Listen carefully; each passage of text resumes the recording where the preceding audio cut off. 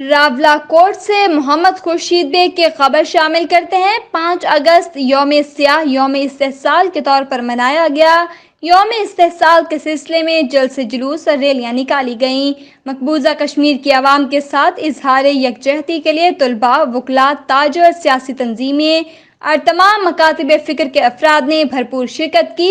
شرکائے rally Bharat کے غاصبانہ اقدام کے خلاف شدید نعرے بازی کرتے رہے۔ راولا کوٹ میں آج دن 10 بجے یوم استحصال کے سلسلے میں تقریب کا آغاز ڈسٹرکٹ کمپلیکس سے ہوا۔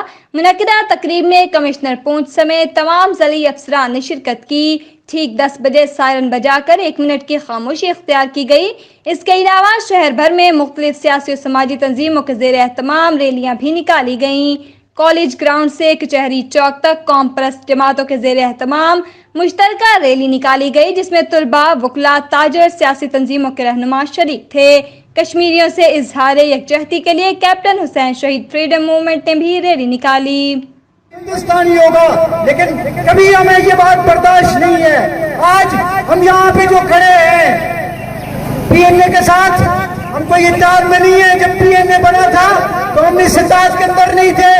ہم نے پہلے بھی یہ کہا تھا کہ 5 اگست 2019 کو جب واقعہ سے پہلے صدر ٹرمپ اور عمران خان اور مودی کی یکے بعد ملاقاتیں ہو رہی تھی، تو اس وقت بھی ہم نے آگاہ کیا تھا۔ ٹی وی کے ساتھیوں کا آج 5 اگست ہے۔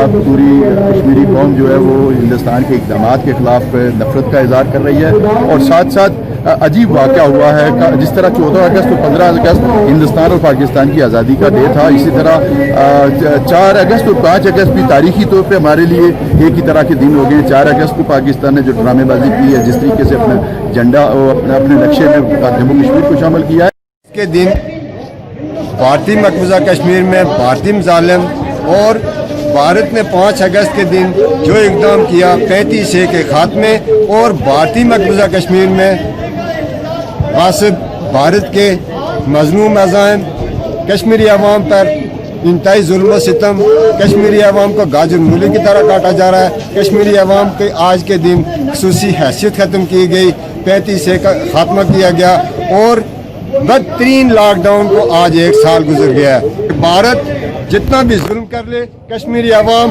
اپنی آزادی کے حق سے کبھی دستبردار نہیں ہوں گے۔ محمد خورشید بیگ، راولا کوٹ، پونچھ۔